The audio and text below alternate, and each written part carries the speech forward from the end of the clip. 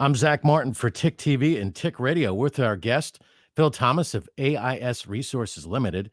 This is very interesting because here I am in New York City and you're in Australia, Brisbane, I think you're In located at. Melbourne. Melbourne. Okay, fantastic. So do you have a favorite rugby team before we start talking about AIS? Yes, I do. It's the New South Wales Waratahs, but because I'm in Victoria, we have Australian rules, which is about 4 times bigger than rugby. So we actually follow Essendon, the Bombers, go the Bombers. Oh, that's fantastic. Up here in the United States, we obviously have the NFL, and our neighbors to the north have the CFL, and we just can't figure it out because, they're on the 55-yard line and they have a 1-point rouge and they have 3 downs instead of 4. It's fun to watch, but confusing at the same time. Anyway, let's Absolutely. talk about AIS Resources. You recently acquired 3 very exciting options over prime gold tenements. How would you rate them as early or late stage exploration? Well, it's really interesting because late stage exploration in Australia is very, very hard to get because obviously you're only 1 or 2 steps away from processing and mining gold. So we looked around and we found Yalgogrin, which is in the Lachlan Fold Belt, which extends about 600 kilometres. And we found a vendor that was totally surrounded by 2 or 3 other ASX companies. So we came to an agreement, and this is a late stage exploration project. There's about 21 drill holes. There's hundreds of auger holes. The assays are just unbelievable. There are 5 historic gold mines in one area and 3 in another area. And so what we did, and there is no Indigenous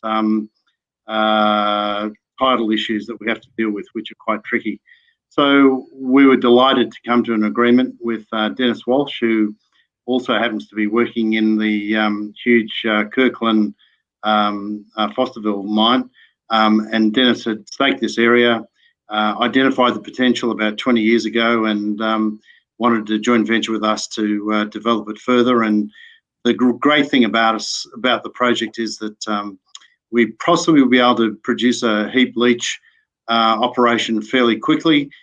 We just basically have to go from the Walsh to the Hollands area and open cut that and basically pile the material. It's great also because it's a shallow deposit. We don't have to cut a 500-metre deep mine, so we're really excited about that.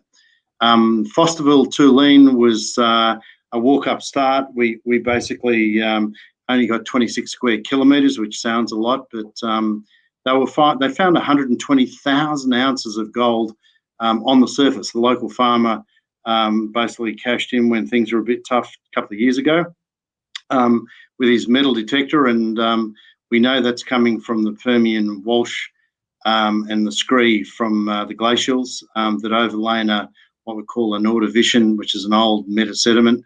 And the reefs come up. There's quartz rocks everywhere. It's just unbelievable the amount of quartz on the surface. And then, of course, Kingston, which is up until 1960 was the richest mine in Victoria, has a huge strike and a very, very wide gold occurrence in the reef. And Broken Hill and Western Mining did a joint venture there. They've done a lot of work on it. Hume's done a lot of work on it.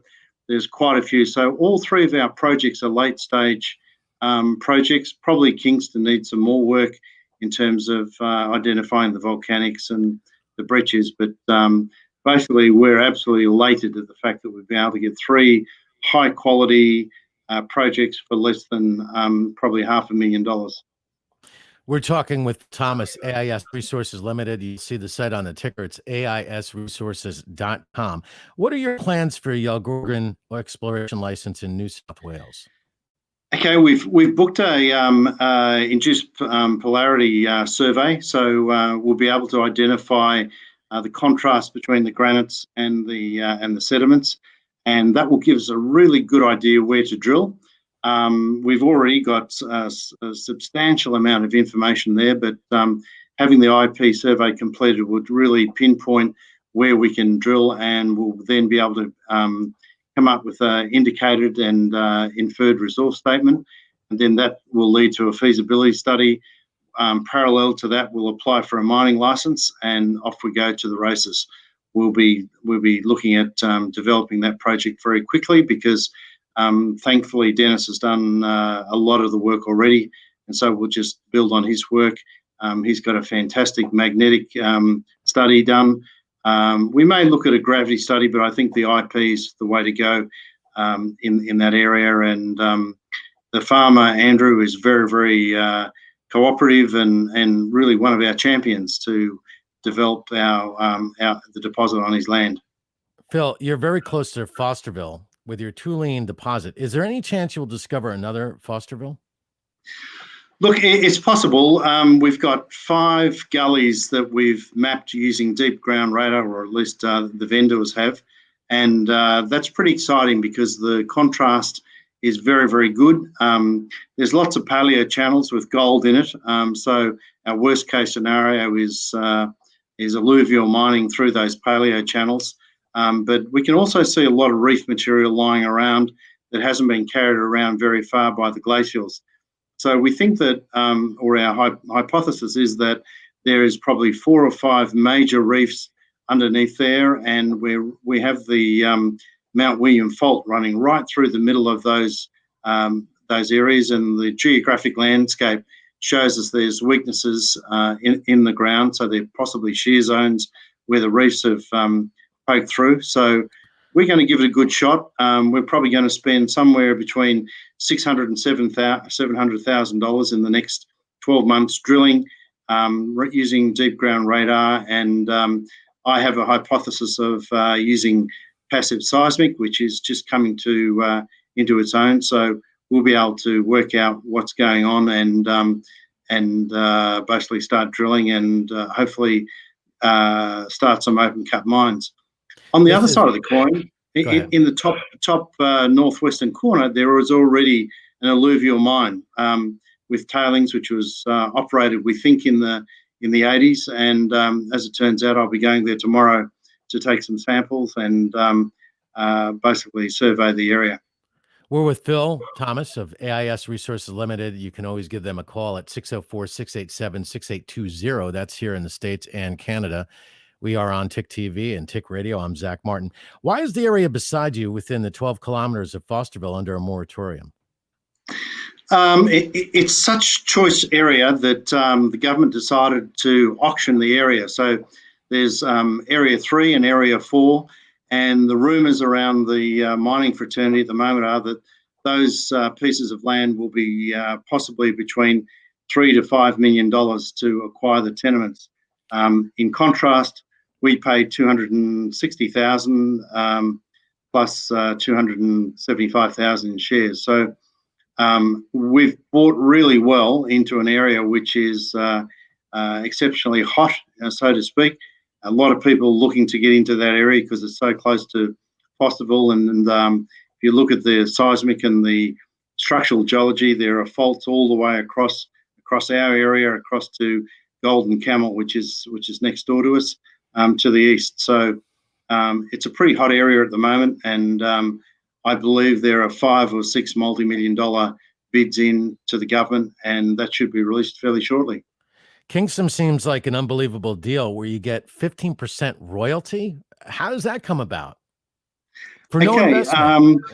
Yeah. It was an interesting transaction.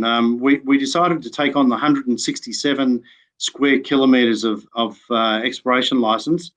But what we didn't want to happen is that the Kingston mine, which is one of the richest mines around in the past, they're just about they have a prospector's licence, which is a 5-hectare licence. That's the maximum size you can have.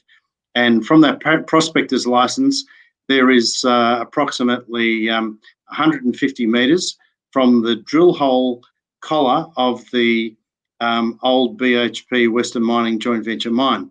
So they're going to go down to 70 metres and run a drive parallel to the surface out to 150 metres outside their prospecting licence into our exploration licence. All the gold that they find, and they're starting in the next couple of months, all the gold that they find, we get 15% of. So it's a fantastic deal for us. It's a great deal for them. and it helps us with both geology and revenue. So it was a reasonably tough negotiation, but we all came to the party, and both sides have won. That's really amazing. Who do you have on your team that helps you develop these great projects? Okay, we have an advisory board, and we've just appointed Dr. Rodney Boucher on that board. Rod is probably one of the world's best geologists in terms of understanding turbidites, which are basically sediments that have collapsed into paleochannels, which is the major source of, or the major type of sedimentary geology in the region. And having a good understanding of that is key. He's also academically significantly qualified. He lectures at University of Melbourne, where he's a fellow, or an honorary fellow, and some of the other universities in Victoria. But Rod's had 25 years in oil and gas. He's a superb structural geologist and a sedimentologist, and that's what we really needed on our team. From the corporate side of things, we've got Martin Element, who's executive chairman. Martin's been around a long time. He's been in this business for a long time, can sniff out a deal a mile away, and he's also helpful. Kiki Smith helps us on she's a finance director and a director of the company. And then Anthony Baum, who's based in London. Anthony's been around a long time as well, and he's very well equipped to give me guidance and strategy for the mining space. So all around, we've got a very good team at the top.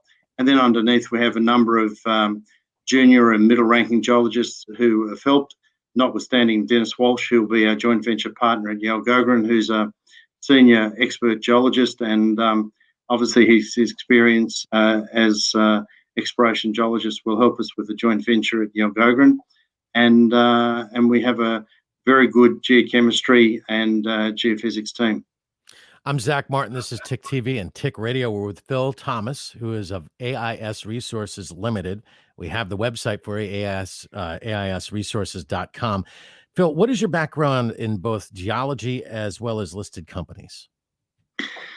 I'm one of these funny guys that did geology and applied mathematics all at once at university. So I kind of graduated at university, at Australian National University, in sort of the complex side of mineralogy and isomorphology and structural geology, and I did maths because I knew I could pass it fairly easily, being lazy as a student. But then I went into very complex optimization and worked on Western Mining, Olympic Dam, and some other exciting drilling projects up at Fermentilco Shell Shaft in Ranger. And so I cemented my background as a geophysics, but geochemistry and mineralogy geologist. Then I basically changed direction and went in as a investment banker. I joined Macquarie Bank for 6 years, and then spent some time with some actuaries at Watson Wyatt and also at Macintosh Security. So I got a fairly rounded investment banking background, and then became CEO of Admiralty Resources for 6 years, and I ran 4 projects simultaneously there. Then in the mid 2010, after the GFC crisis, I went out and specialised in gold and lithium, and so the last sort of 5 to 7 years, I've specialised in gold projects, both in California, in Australia, and other places around the world, Papua New Guinea particularly. So I've seen some pretty interesting range of projects, but I think at the end of the day, the 3 we've picked at A.I.S. Resources stand out amongst everything else that I've been involved in. You're such a underachiever, Phil. Yeah. We're talking with Phil Thomas of A.I.S. Resources Limited. I'm Zach Martin on TIC TV and TIC Radio. Now, I have in my notes here that we saw that the share prices hit 10 cents yesterday and closed at 9.5 cents. Why is the market increasing your share price on these gold projects you have secured? Well, I think if you benchmark our price against various other players around the area, you see that we're significantly undervalued. If you look at Nubian Resources, for example, if you look at Catalyst, which is an Australian company, look at some of the others that are around that area, we've got a very low market cap relative to the potential that we've got. So I think the market's just now realising that, hey, we're sitting on 3 fantastic projects, and even if 1 out of the 3 comes off, we're going to look at a significant increase in the share price. You can do some price earnings multiples on potential production numbers, but just looking at the exploration potential and coming up with a measured resource, if you work out the measured resource for all 3 projects and then benchmark it against some of the other companies around, you'll see that we're significantly undervalued, and I think the market's just starting to awake to this. Plus, we've got some pretty big shareholders in our list of shareholders, and so I think they're topping up as well to realise the value that we're offering at the moment in the company. Is there going to be a private placement soon in the United States? Yeah, look, we're filling out a Reg A form so that it's going to be under a $20 million raise. So most investors in the US can buy the ticker AISSF and over the OTC, but we'll be doing a private placement fairly shortly. We're not going to do huge amounts. The first one will be sort of $500,000 or $600,000, and then we'll proceed with probably 2 others in that amount. We've got 4 million options outstanding, which I suspect at 10 cents will be all taken up. So we're looking reasonable in terms of our capital raising. We'll also probably do something in Australia with Canadian investors, because now Australians can trade TSX on ComSec, and we will also obviously go to our homegrown investors and look after them as well.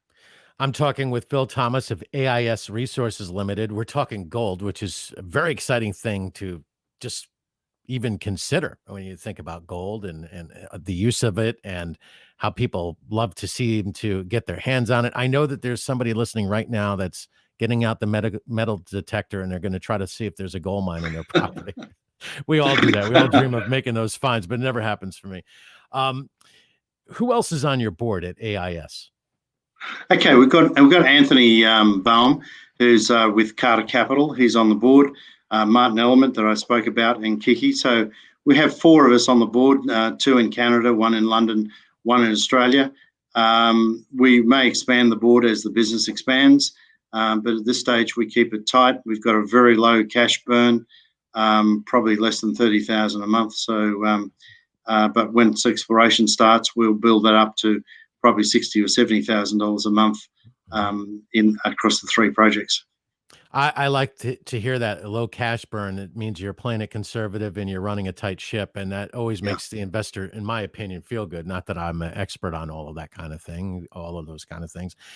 If you want to be on TIC TV, you can always email me, zach@ticmediagroup.com. Check out theinvestorscenter.com as well, and see what Phil's got going on at AISresources.com. You can email Phil. We have his email address for you, pthomas@aisresources.com, as well as visit the website, aisresources.com. Thank you very much for your time. It was really exciting to talk to you. I learned a lot from this discussion. It's fascinating to me that we can do these things where we're thousands of miles away, and I think you're in the future already. I'm a day behind. So can you give us a prediction of what's going to happen tomorrow here in the United States? No, but it's going to pour rain here, and for the middle of coming into summer, it's going to be 4 degrees where I will be tomorrow at the mine site, so or at the exploration site. So I'm not looking forward to it, but Donald hasn't texted me what he's got on for tomorrow, so you'll have to wait. So tomorrow is going to be our today. Yes. Exactly. All right. Thank you. It's really difficult to really get that mindset of the separation of time between here in the New York area and Australia. And I guess you Aussies are really good at making those conversions, because people in the United States, they look like a deer in the headlights when you start talking about the time difference, right? Is that one of the challenges that you have? Yeah.